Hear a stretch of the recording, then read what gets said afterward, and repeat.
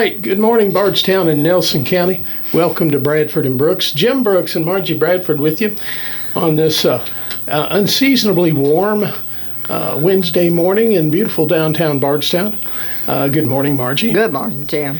Well, I was surprised when I stepped out outside this morning how warm it was. I know. I think it's supposed to hit 81 today is what I heard Jamie say.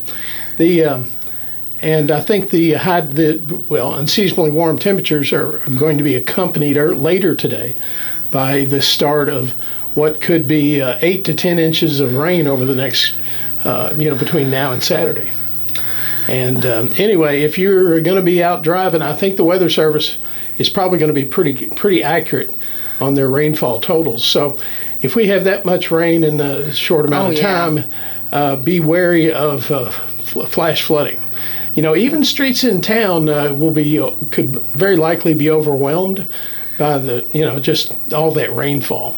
Right. It won't last long, but be wary of driving through high water, and especially if you live out in the county or you're going to be out on county roads, because low-lying areas will flash flood. And more than one person has been killed by misjudging that and going into deep water. Right. They as they say 12 inches of water rushing over or going over a roadway will take you and your car off the road. So we don't.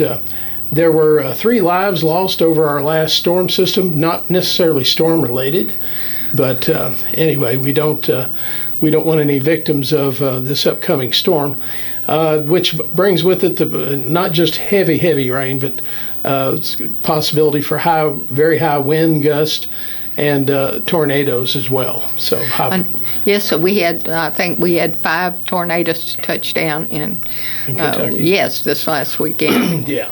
And and a semi truck that got blown over. Right. It's hard to imagine that, but I've seen video of just that happening. The wind blowing, just blowing a semi over on its side. Right. Well, Margie, I guess we keep looking up at the monitor here in the studio, expecting to see BRTV and our shining faces going out over the Bardstown cable TV system. But I guess sometimes early Monday morning, the city's completed its deal with Spectrum, and Spectrum took over control of the cable TV system and immediately cut more than 20 channels off the lineup. And a press release went out Monday afternoon, pardon me, that explained that Spectrum has obligations. Since they're now in charge of the system, they have obligations to certain providers to carry their content, etc. And I understand that, because the city has been, that's one of the burrs under the saddle of most Bardstown mayors, is having to deal and negotiate with content providers for the cable system. But now that's Comcast, baby, and they decided to cut more than 20 channels without warning. And I will tell you, this is this is my opinion only. I'm not speaking on behalf of anybody but me. This takeover was a picture perfect example of how not to do business. They decided they did not want any advance notice, so the city couldn't didn't warn the public. And also didn't warn some of its customers. This radio station had a cable TV channel, Channel 19. So if you're looking for us on the city's cable system, we're not there anymore.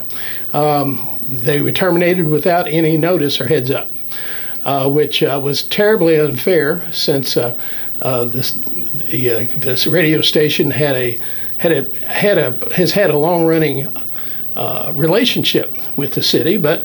Honestly, when you get a $49.5 million check, you dance to the buyers to Spectrum's tune now. So, and it was really a win-win for Spectrum in the way. If you think about what happened, you cut 20-some channels, and you own it now, but who gets the angry calls? Everybody's mad at the city. At the city. The CSRs at Bardstown City Hall may have gotten an earful from angry customers wondering, well, where's my Me TV? I can't, so anyway, it was wonderful I keep saying Comcast, I mean Spectrum, because they didn't get any flack from it. They may have gotten some emails forwarded to them from angry cable customers. But anyway, to me, it's a textbook example of how not to do business, and also reminds us all of what we've lost. Now, I know the city got $49.5 million because they have invested tremendous amounts of money over the years in expanding and improving the cable TV system, and a municipally owned cable TV system is a tremendous asset, and the city's done a wonderful job with managing the system, keeping it running, and also customer service. I've never had better customer service than going to City Hall. But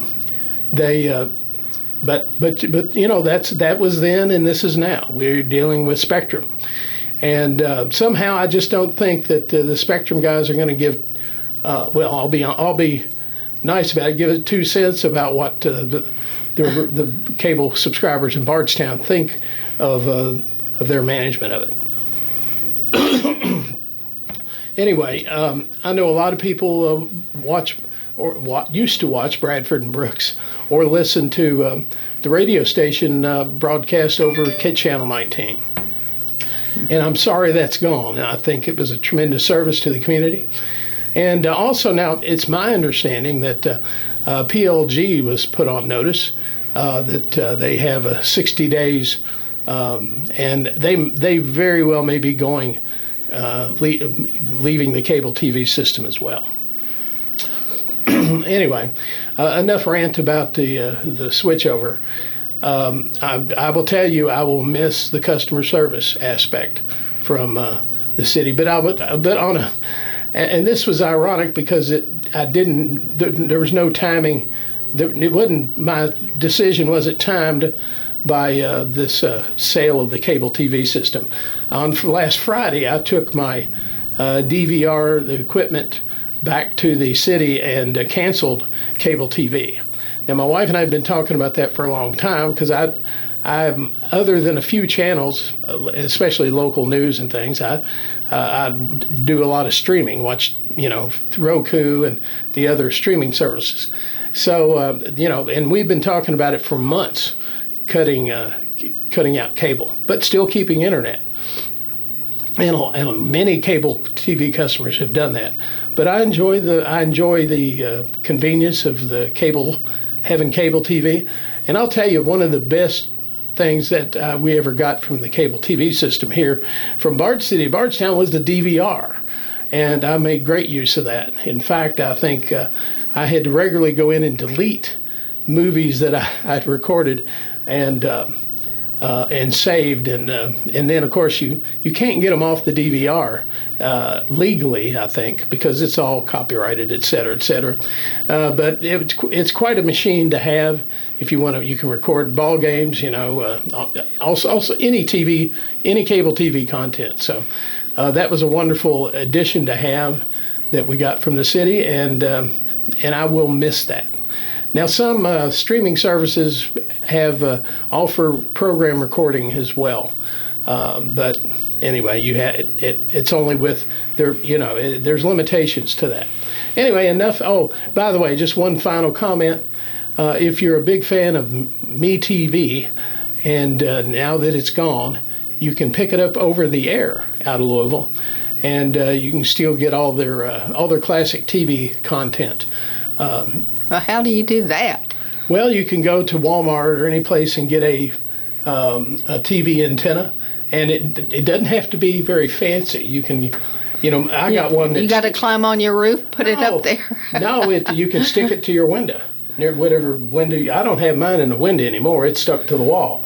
Yeah. But it picks up the signal just fine. No kidding. Right, and you get there's a surprising amount of content that's broadcast now. Mm-hmm. Digital content that you can pick up with an antenna and outside the cable TV system. So I did not know that. anyway, you can get you don't fall for this deal. You need a $70 or $80 or $100 antenna.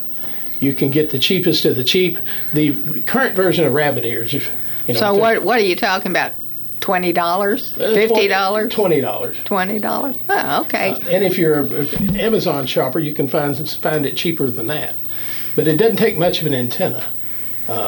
Trust me, because I didn't spend much on mine. Yeah. Okay. Being the cheapskate I am. Well, Margie, I know I've been jabbering about the cable TV system. Well, it's worth jabbering about. Well, it's a loss, I think, for some of the community. I will tell you, and I think, now like I do a lot of streaming and all that, but there's a learning curve there. Mm-hmm. And the benefit of cable TV is that you have to all you do is hit the remote. You Yes. don't have to. Streaming Right. is still not plug and play necessarily. It's still complicated. Yeah. Well, And I get lost once we get past turn it on and turn it off. well, not all of us have grandchildren to help That's us true. figure this stuff out. That's true, but they're in school, Well, I think they need to rent a grandchild. Well, that's actually not a bad idea. All right. Well, Margie, today we have no studio guest because we were going to pontificate a little bit about politics. And I kind of wondered, Margie, I said, what is there in the world of politics, national politics, to really talk about today? Is there enough out there, you think? I listen to cable, pardon me.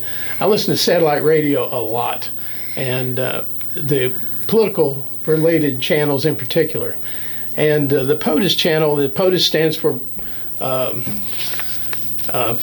political Opinions? political news of the United States. Oh, political news. Okay. Yeah, and they're probably one of the most neutral.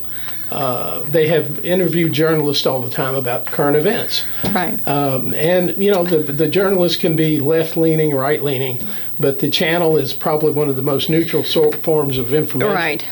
But it's always, that's where I get most of my keep up to date on politics. But the national news, sometimes depending on what channel you watch, sometimes it's the news is more than slightly different between one channel's take on it Right. and another. So you just I also enjoy watching MSNBC sometimes too, which is decidedly left. But there's one of the reason I mentioned the satellite channel was that the POTUS channel, they had interviewed journalists a lot, and since Trump became president on his second term, the journalists are running like crazy trying to keep up with especially Washington journalists, but trying to keep up with everything that Donald Trump's administration is doing.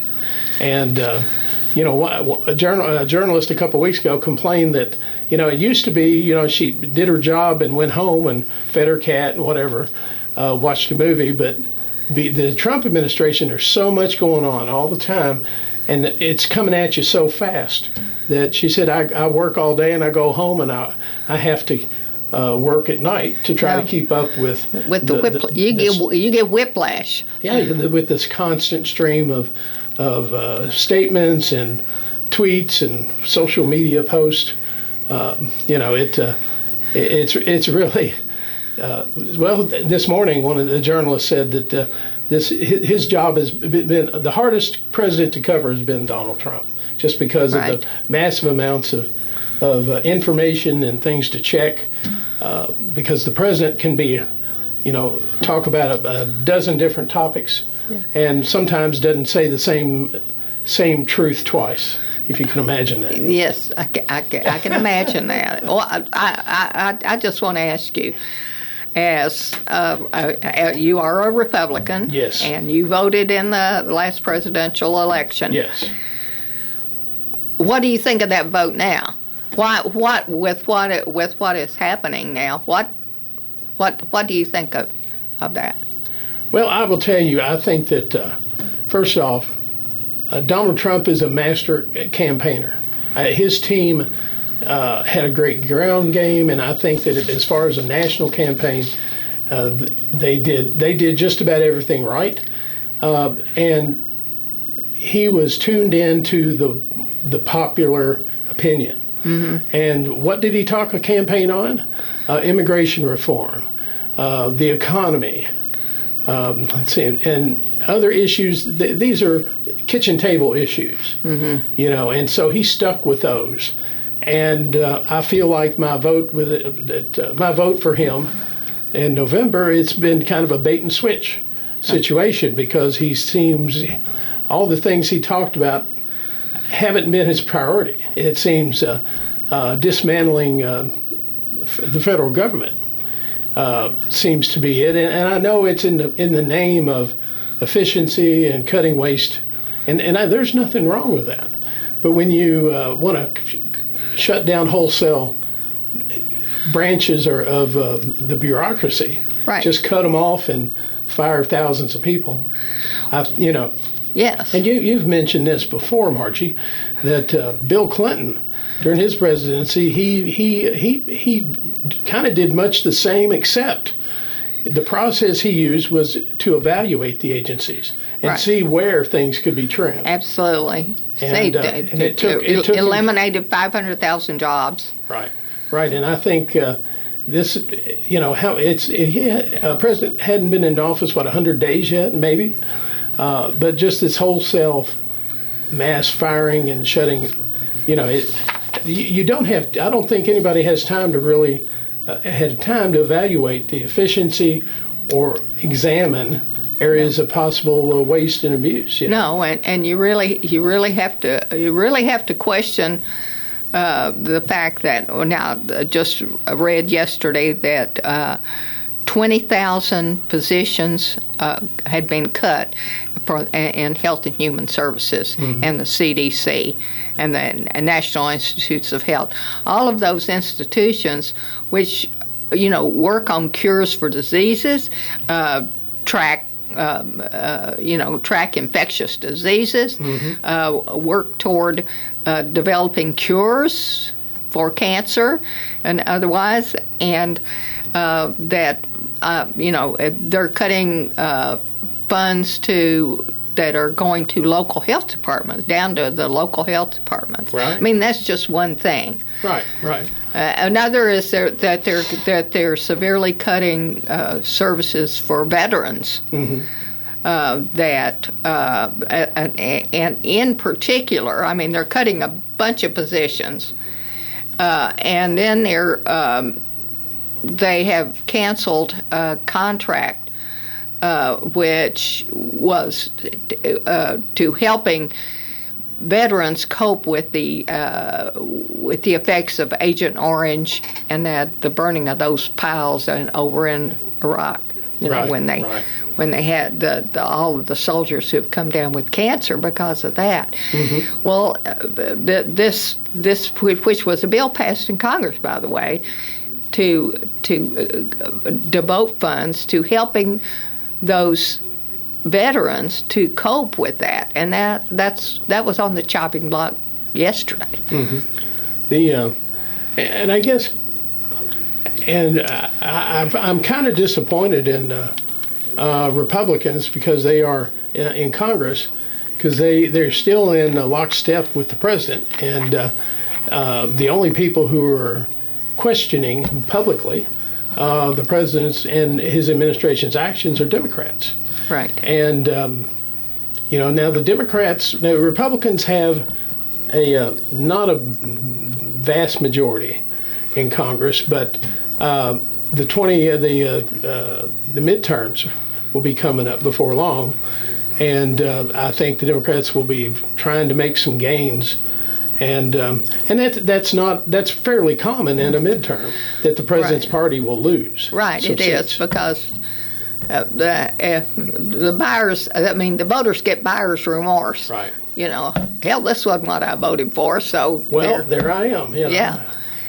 And I've wondered, I just haven't heard seen much pushback, and I wonder how many Republicans are out there who are kind of and I would hope it'd be the majority, but a silent majority who really aren't, who are just kind of waiting but not real happy with the way things are happening. Well, I can't believe that the producers of all the bourbon that we have here in Kentucky and in Nelson County in particular, I don't see how they could be particularly happy with these tariffs, because one of our major customers for our bourbon is Canada. Right.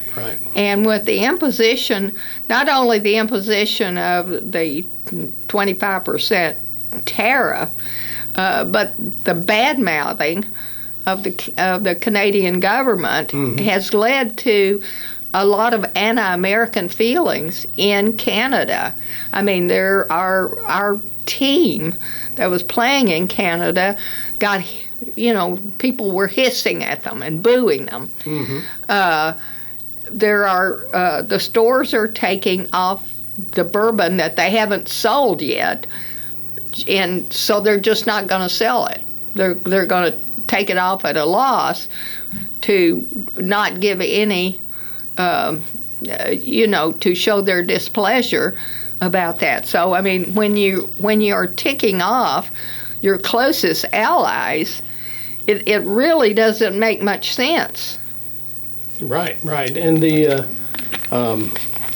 I think it was Terry Gohagan on social media. He had a great suggestion. He said that when Congress isn't in session, why aren't our Republican members of Congress back at home having town halls? Because I mean, we've seen video from other congressmen that have town halls, and they have a tremendous turnout that's not real happy with their performance.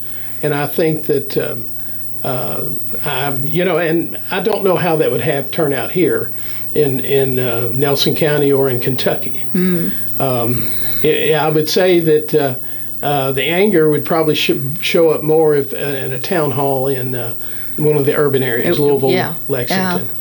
But I don't know. I mean, I keep waiting I haven't heard Republicans really say much. Just kind of, I think everybody's hanging on by their.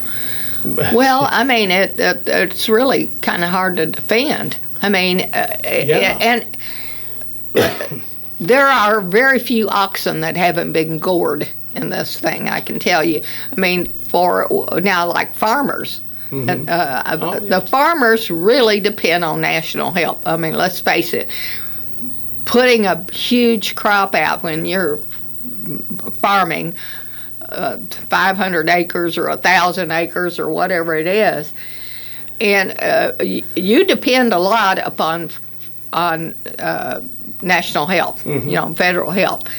And so there were these farmers, and I quote one farmer in particular that I'd read about, that his contract was cut off. He had agreed to put so much money into improving things, and he had already put like $80,000 into it.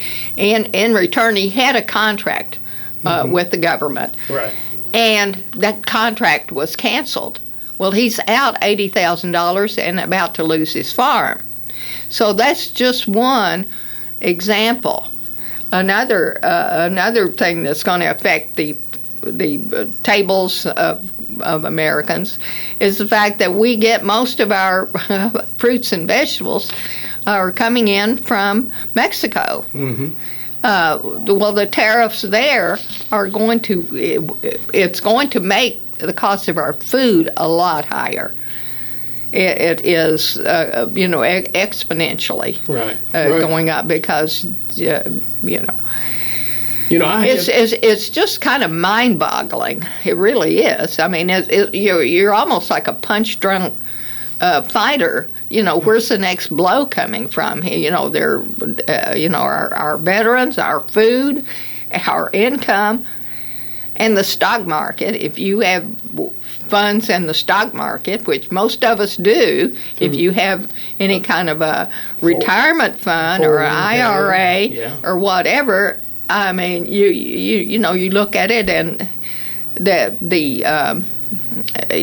the stock indicators are all down, the lowest that they've been since 2022 in the midst of the pandemic. Mm-hmm. And so your retirement fund's gone down like $50,000 or $100,000 or whatever, according to what you have in there. So that's not making people very happy. That's contributing to a lot of unrest. So, yeah. Well, and I hear this all the time that, and Donald Trump is excellent for.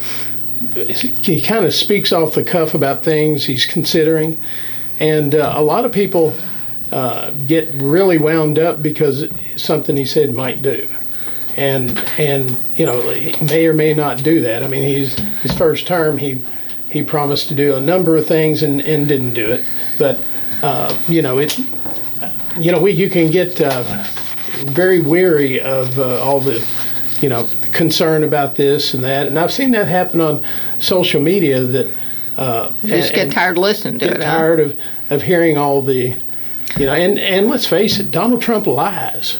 He lies all the time. And the latest case that I heard was the deal about Signalgate, about the vice president and others using a less than secure chat platform to talk about a military operation against the Houthi rebels in Yemen, I think it was. Mm-hmm. And now I'd heard some guests on the satellite radio channel talking about that military plans like that are always classified. There's sure. And that to say that they're not is a lie.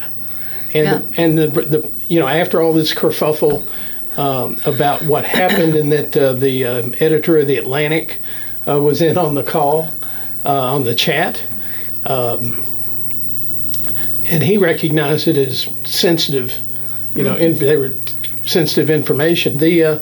And then the president came on and made a statement. He said, no, it wasn't classified. Right. And if he was Pinocchio, his nose would probably be out on the White House lawn. It's just, I just, he's president's famous for lying and saying things that aren't true. For example, I mean, I'll probably make some people angry. January 6th, that was an insurrection. That was rioting. It was violent. Right. It was not a peaceful protest. And then apologists will say, well, there were CIA and FBI government operatives there too, that they did it all, or whatever. No, and then, and I understand that the pardon of the January 6th, the people who have been convicted and sentenced, but there were actually some bad actors there, really bad. Really bad. That did not did not need a pardon. I mean, they... well, if you take an American flagpole and beat an officer over the head and spray bear spray in his face, right. But anyway, I mean, we can agree to disagree on that. But I've seen too much. At the time, I watched video after video, and these were videos shot by the participants themselves. I know. In many cases, and it clearly. Was a riot. You can call it an insurrection. It was not a peaceful protest. No. That we know. Anyway, enough about ancient history. It seems like ancient history now. Oh, well. But now, one thing I will say,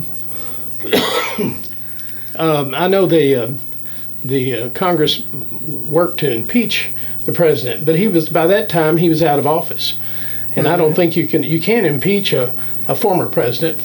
What are you going? You can't remove him from office if he's no longer in office. Yeah. But I think, in my recollections, that was more symbolic, expression of the anger and disapproval of right. that. Anyway, again, we're talking history, because, and speaking of history, Donald Trump's he keeps bringing up the idea of running for serving a third term, which is banned by the Constitution, but. My personal opinion is that Donald Trump doesn't seem to have a very good relationship with the Constitution or following it, or with the truth. His Doge group and Elon Musk and administration overall, they've been some of the agencies they've disassembled, and like USAID, that was formed by Congress. And they certainly exceeded, and everything I've read, that they exceeded their authority by dismantling an agency they didn't have control over, really.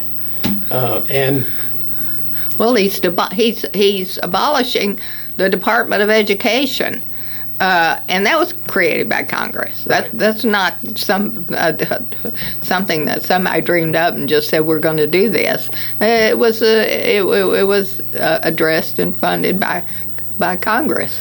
Right, and I think that there's a lot of course, a lot of the actions of this administration are going to have to go through the court system.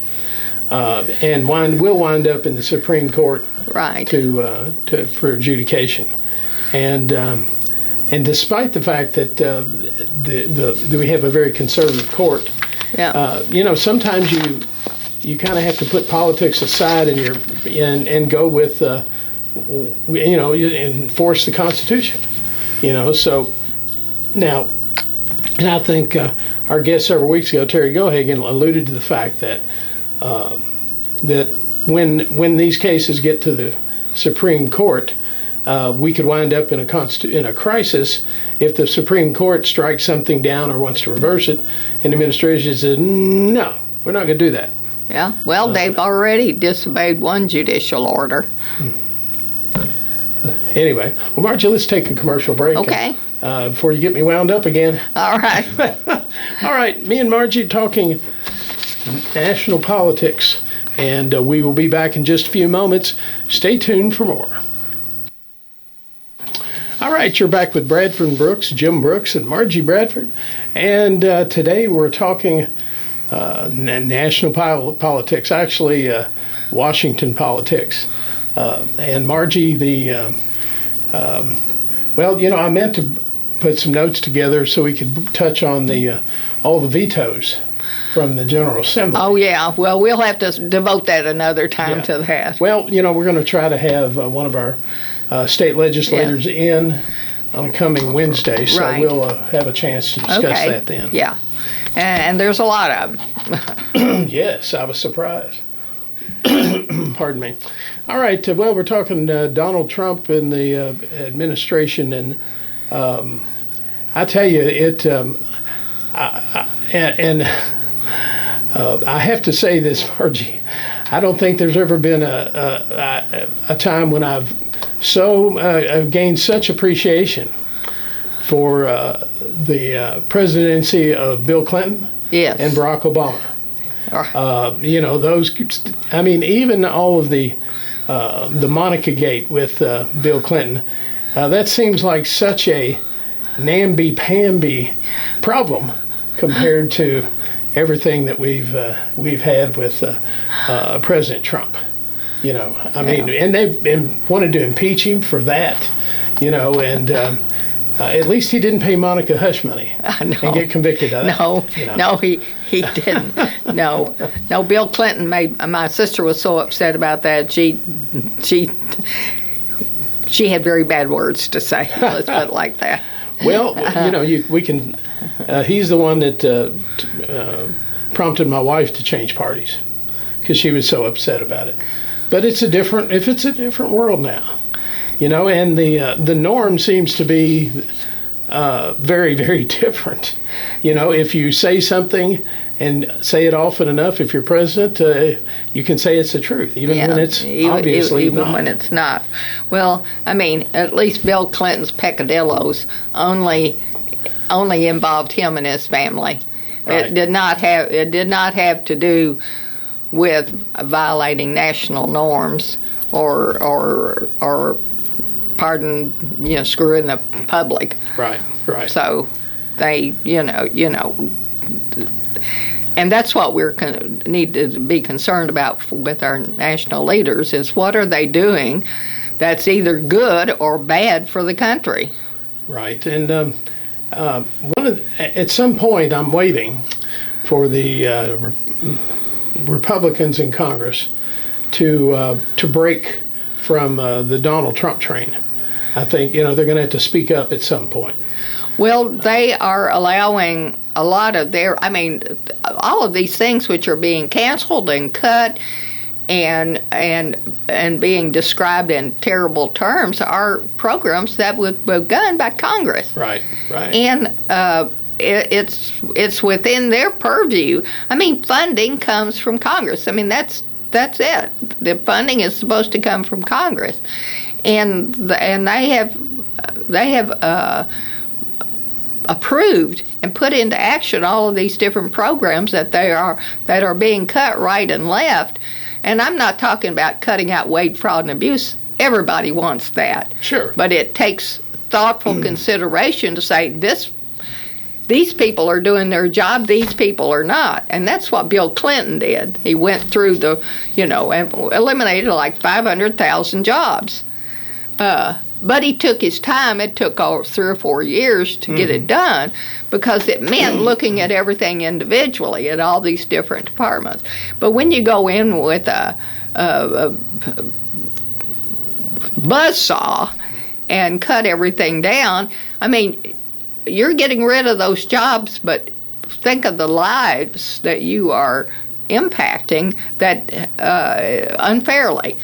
Well, there's no shortage of stories in the news about the impact of all the cuts, and people who have lost their job and struggling to find another job. It's like just about every night in one of the news channels, you'll find multiple stories of it's going to. I mean, it's affecting huge amounts. I mean, I have a granddaughter who's majoring in public health.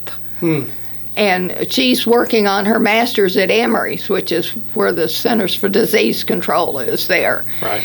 And so, how these young people who are working on their masters and working on their PhDs get experience is working with the Centers for Disease Control on research projects. Right. Well, they have cut huge amount of funding. So here she spent thousands and thousands of dollars to be educated to do something that's good for humanity and for the American public, which is public health, and then then funding is cut to that. Right. Is so on a personal level, where does she get a job? But what it is saying that we do not value all of these efforts toward improving the health of Americans. Right. Which is already not as good as some of the best other developed nations. Right. You'd think we would be number one, but we're not. Margie, we were down to about 4 minutes in today's show.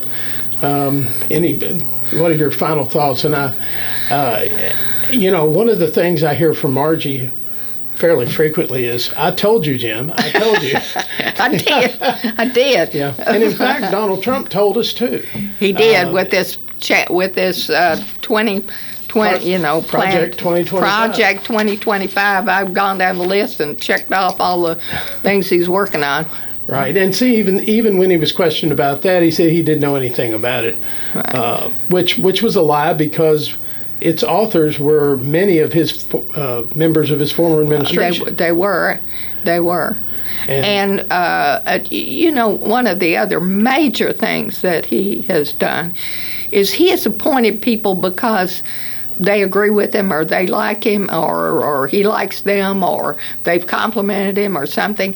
And the net result is that we have unqualified people who are leading these agencies that they know little or nothing about the agency that they are in charge of. Right. And that does not bode well.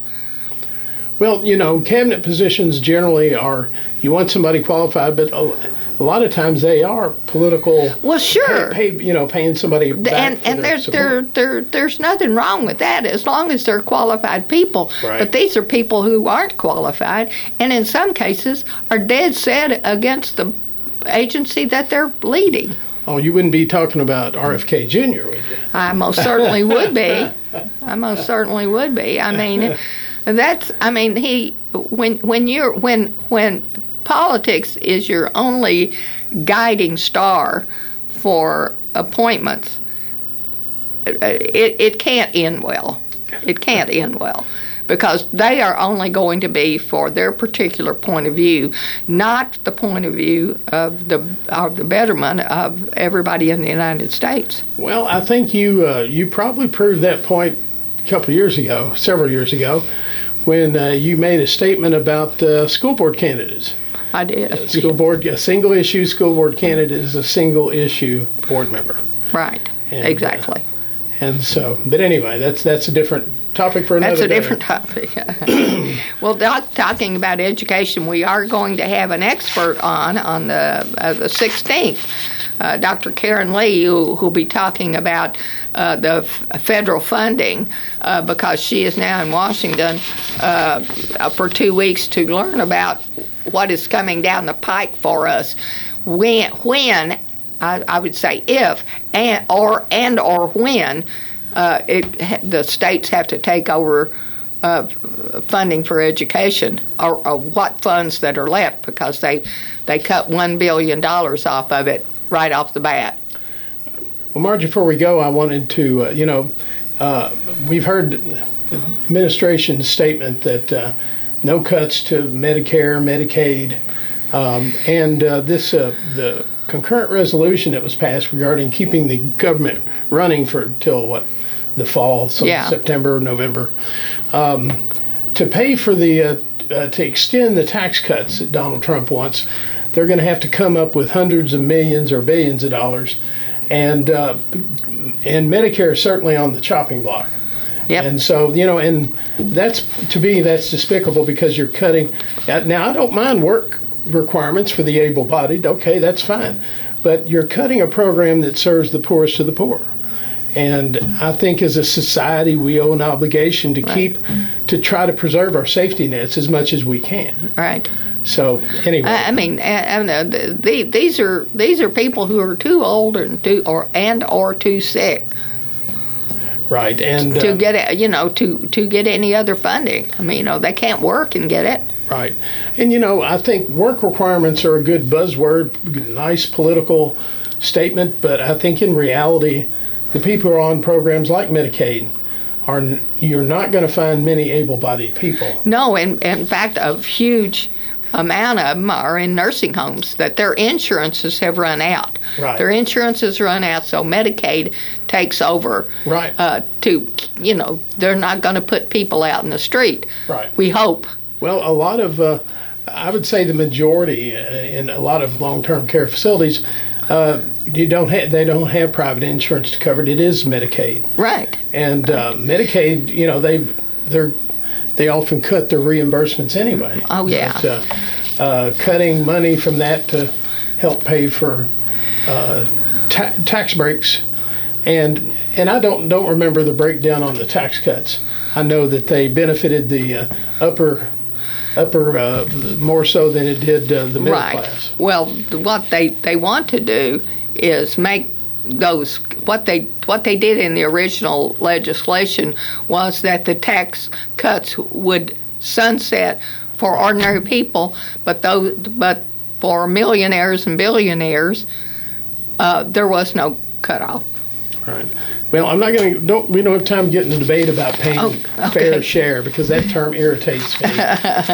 Because if you look at anyway, I wouldn't want to irritate you. Well, when did you start that? All right, Margie. Well, I appreciate your conversation and challenging. Well, I don't know. We were on the same page today. Yes, we were. Better write this date down. All right. Well, we'll be back with a guest next week, so you won't have to listen to me and Margie spar politically. All right. Well, thanks for listening, and have a great week, and be aware of the weather situation in the next few days. We're expecting lots of rain. Until next Wednesday, have a great week, and get out and enjoy this weather before the rain comes tonight. Take care.